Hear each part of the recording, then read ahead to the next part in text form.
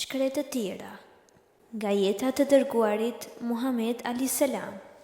Familjet të mëdha të qyteteve arabe e kishin zakon të dërgonin mbi të tyre në shkret të tjerë pa kohë pas lindjes, që të tajiteshin dhe të shiteshin nga gjiri, duke kaluar një pjesë të fëmijërisë të njëri prej fiseve beduine.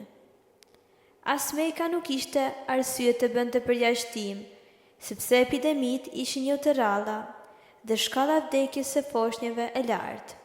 Por ata nuk donin që fëmijët e tyre të thithnin vetëm ajrin e pastër të shkretëtirës. Kjo lidhej me trupat e tyre, ndërsa shkretëtira kishte begati edhe për shpirtrat. Kurejshet ishin dhënë pas jetës sedentare vetëm vonë. Vetëm deri pa u thënë Kusei, që të ndërtonin shtëpi për vete rrotull haremit, ata kishin qenë pak a shumë nomadik. Vendbanimet të fiksuara ishin base të paevitueshme, por edhe të rrezikshme. Mënyra të jetuarit të paraardhësve të tyre kishte qenë fisnikja, jeta banuesve në tenda që ishin shpesh në lëvizje. Fisnikëria e liria ishin të pandashme dhe nomadi i lirë. Në shkret të tjerë, njeriu ishte i ndërgjegjshëm për të qenit zot i hapësirës. Dhe fal këtij zotrimi, ai i shqitej disi mbi sundimin e kohës. Duke fushuar, ai hidhte tej të djeshmet e tij dhe nesërmja dukej me pak fatalitet, nëse ku e kur i saj nuk kishte ardhur ende. Kurse njeriu i qytetit ishte i burgosur dhe të friksoheshen në një vend, dje, sot, nesër. Donte të thoshte të ishte shënjestër e kohës, rënuesës së gjithçkaje. Qytetet ishin vende çorëditjeje, plogështia e fëllëqësia stresoheshin në hijen e mureve të tyre, të gatshme për t'ia topitur syqeltësinë e vigjilencën e njeriut. Gjithçka shturej atje, biles edhe gjuha ndër zotrimet më të çmuara të njeriut. Pak prej arabeve mund të lexonin, por bukuria të folurit ishte një virtyt që të gjithë prindërit arab ua dëshironin fëmijëve. Vlera e një njeriu çmoi kryesisht sipas gojtarisë, dhe kurora e gojtarisë ishte poezia. Të kishte një poet të madh në familje ishte vërtet për t'u krenuar, dhe poetet më të mirë ishin thuajse gjithmonë nga njëri fisi shkretëtirës a tjetri, sepse pikërisht në shkretëtir gjuha e folur ishte më afërt me poezinë. Prandaj, lidhja me shkretëtiren duhej për të rirë çdo brez, ajër i pastër për kraharorin, arabisht e kulluar për gjuhën, liri për shpirtin dhe shumë prej bijve kurejsh mbaheshin deri në 8 vjet në shkretëtir, në mënyrë që ajo t'u linte përshtypje të pashlyeshme dhe, edhe pse me pak vjet, se aq mjaftonin për këtë. Disa nga fiset kishin anë të madh për kujdesin dhe rritjen e fëmijëve. Ndërta ishin Beni Sa'd ibn Bakr, një degë largët e Havazinëve, territori të cilëve shtrihen në juglindje të Mekës. Eminja edhe apëlqimin për t'ia besuar të birin kujdesi të njerëz prej grave të këtij fisi. Ato vinin periodikisht të kurejshet për foshnjë gjiri dhe së shpejti pritej një prej tyre. Udhëtimi i tyre drejt Mekës, me këtë rast u përshkua në vitet e mëvonshme nga njëra prej tyre Halimja bia e Dhujebit, e cila shoqërohej nga burri i saj Harithi dhe një bir i tyre lindër së fundmi, për të cilin ajo po kujdesej. Ishte vit thatësire, tregon ajo, dhe s'na kishte mbetur asgjë. U nisa mbi një gomaric, gri, e me vete kishim një deve plak, që nuk nxirrte pikë qumështi. Ndenjëm zgjuar gjithë natës, nga biri ynë që qante nga uria, sepse nuk ishte gjitë mjaftueshëm për ta ushqyer. Dhe gomarica ime ishte aq e dobët dhe e holluar sa që shpesh i lihet të tjerë duke me pritur. Ajo tregon se si vazhduan rrugët duke mos shpresuar asgjë tjetër veç rënies së shiut, që do t'i mundsonte deves dhe gomaricës të kullosnin mjaftueshëm për t'i fryrë një qik gjindë. Mirë po, në Mekë mbërritën pa shi. Vetëm mbërritur nisën të kërkonin foshnje për gdhenje dhe Emilia ja ofroi të birin në fillim të njërës, pastaj tjetrës, gjersa më në fund i kishte provuar të gjitha dhe secila kishte refuzuar. Kjo tregon Halimja pasi shpresonin ndonjë nder nga jati, jetim, tha: "Çfarë mund të bëjnë për ne, Ema dhe gjyshi i tij? Jo, se do të kishin kërkuar pagesë drejt për drejt për shërbimet e tyre, pasi mbaj gjë e turpshme për një grua që të merrte pagesë për gjithdhënien e një fëmije." Shpërblimi që ato shpresonin ndonse më pak i drejt për drejt e më i pak i menjëhershëm, kishte shtrirje shumë më të gjerë, shkëmbimi i përfitimeve midis njeriut nga qyteti e nomadit ishte në natyrën e gjërave, sepse çdo njeri ishte i varfër aty ku tjetri ishte i pastër dhe i pasur aty ku tjetri ishte i varfër.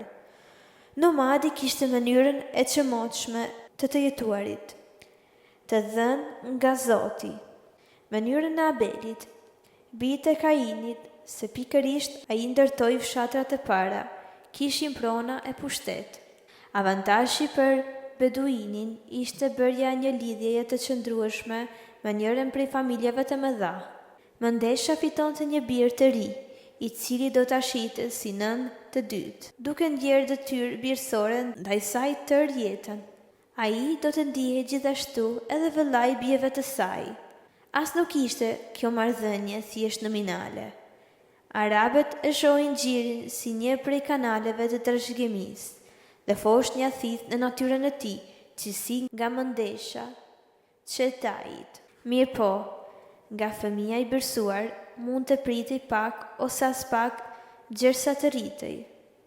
Dhe ndërkohë mund të pritej normalisht nga jati që të përmbushte detyrimet e të birit. Gjyshi ishte tepër i largët dhe në këtë rast ato duhet ta kishin ditur se Abdul Mutalibi ishte një plak që me arsye nuk mund të pritej të jetonte shumë më gjatë. Kur të vdiste, do të trashëgonin të bijtë e jo nipin. Sa për Eminen, ajo ishte varfër, ndërsa për vetë djalin, babai i tij kishte qenë tepër i ri për të arritur pasuri. Ai kishte lënë të birin jo më shumë se 5 deve, një tuftë e vogël delesh e dhish, e një shëbetore. Djali i Abdullahut ishte vërtet biri i njërës prej familjeve të mëdha, por ai ishte ku më e varfra, foshnjë xhiri që ishte ofruar këtyre grave atë vit.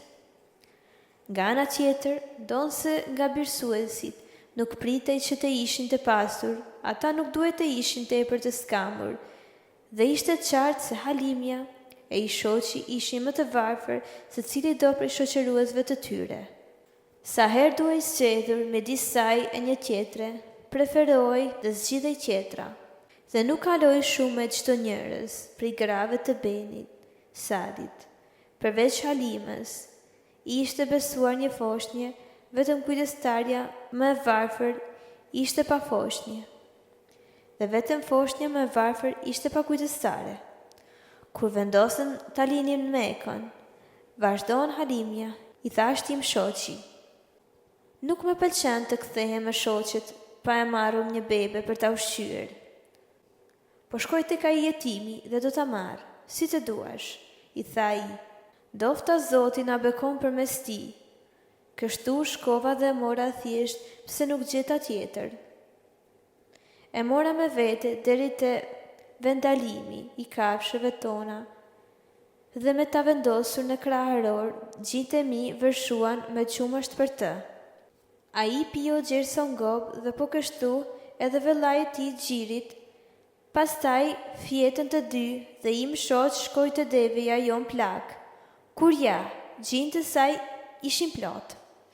A i e mjeli dhe piu nga qumshti i saj, e unë e piva me të, gjersa nuk mund të pinim më dhe uria na ushua. Kaluam natën më të mirë dhe në mëngjes im shoq më tha: "Pasha Zotin Halime, ke marrur një krijesë të bekuar." "Ashtu, vërtet shpresoj," ju gjegja. Atëherë u nisëm dhe unë hipa mbi gomaricën time dhe mbajta poshtjen me vete mbi shpinën e saj. Ajo e kaloi tër vargun dhe asnjëri nga gomarët nuk ja dilnin me hapin e saj. Gadal me thoshin, na prit. A nuk është kjo gomarica jote me të cilën erdhe? Po, për Zotin, u thosha. Bashë njëjta. Duhet i ketë rënë ndonjë çudi, thanë ata. Bëritëm të tendat tona në vendin e Beni Sadit, dhe nuk një pik tjetër mbi tokën e Zotit më të shkret se ç'ishte ajo atëherë. Mirë po, pas si morëm djalin të jetonte me ne, tufa ime kthehej në shtëpi e ngopur çdo mbrëmje dhe plot qumësht. Ne I mjelnim dhe pinim, ndërsa të tjerët nuk kishin një pikë qumësht. Kështu që fshinjet tanë u thoshin barinjeve të tyre. Tunduni, shkoni e kullotini tufat e juaja aty ku I kullot ai të tijat, duke nënkuptuar bariun tim, por prap tufat të tyre ktheheshin në shtëpi të uritura pa nxjerrë hiç qumësht, dërsa imja vinte ushqyer plot qumësht dhe ne nuk reshtëm së shijuari. Këtë shtim e begati nga Zoti, gjersa djali kaloi 2 vjet e unë ja hoqa gjirin. Ai po rritej mirë, vazhdon ajo, dhe askush nga djemtë të tjerë nuk matej me të për rritje. Ku kishte mbushur 2 vjeç, ai ishte fëmijë lidhur dhe quam sërish tek ëma. Donë se kishim ëndje që ai të qëndronte me ne për bekimet që na sillte.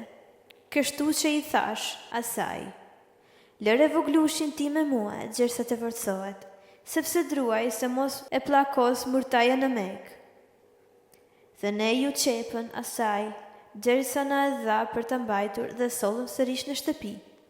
Një ditë disa muaj pas kthimit, kur ai dhe vëllai ishin me disa nga qingjat tanë, pas tendave tona, vëllai I tij erdhi me vrap të ne dhe tha: Vëllai im Kurejsh, 2 burra të veshur me të bardha e morën dhe shtrin dhe ja hapën gjoksin, e po ja përzien me duart të tyre. Kështu që unë dhe baba I tij shkuam tek ai dhe e gjetëm në këmbë, por me fytyrën shumë të zbet, e morëm brenda dhe I tham: Ç'të dhëm bobir? Ai u përgjigj: 2 burra të veshur me të bardha erdhën të kunë, me shtrin për tokë dhe me hapën gjoksin dhe kërkuan, nuk e di çfarë. Halimja Harithi shikuan këndeja ndej, por nuk ishte asnjë nishan prej tyre, e as nuk ishte gjak apo ndonjë plak që ta konfirmonte atë që thanë djemt. Kur farsësi e marrje në pyetje, nuk I bëri t'i tërhiqnin fjalët ose t'i ndryshonin asnjë drejtimi. Megjithatë, nuk ishte asnjë gjurmë plagë mbi kraharorin e të birësuarit, si dhe kur farë cenin e trupin e tij, të vogël e të përkryer. I vetmi I pari pa zakont, ishte në mes të shpinës, mes 2 shpatullave të tij, një nishon I vogël, por I dallueshëm vizor. Kumishi ishte paksa I ngritur, si të ishte nga mbresa një kupe, por atë kishte patur qysh në lindje. Në vitet e mëvonshme, ai mundi ta përshkruante ngjarjen me plotësisht. Erdhen tek unë 2 burra të veshur me të bardha, me një tas të artë plot borë. Pastaj me mbajtën dhe duke me hapur kaharorin ma nxorën zemrën. Kështu e qanë dhe morën prej saj një droqk të zezë që flakën tej. Pastaj ma lanë zemrën e gjoksin me dëbor. Ai ka thënë gjithashtu: Shitani prek çdo bir të Ademit ditën kur e lind e Ema, përveç Mërjemes dhe të birit.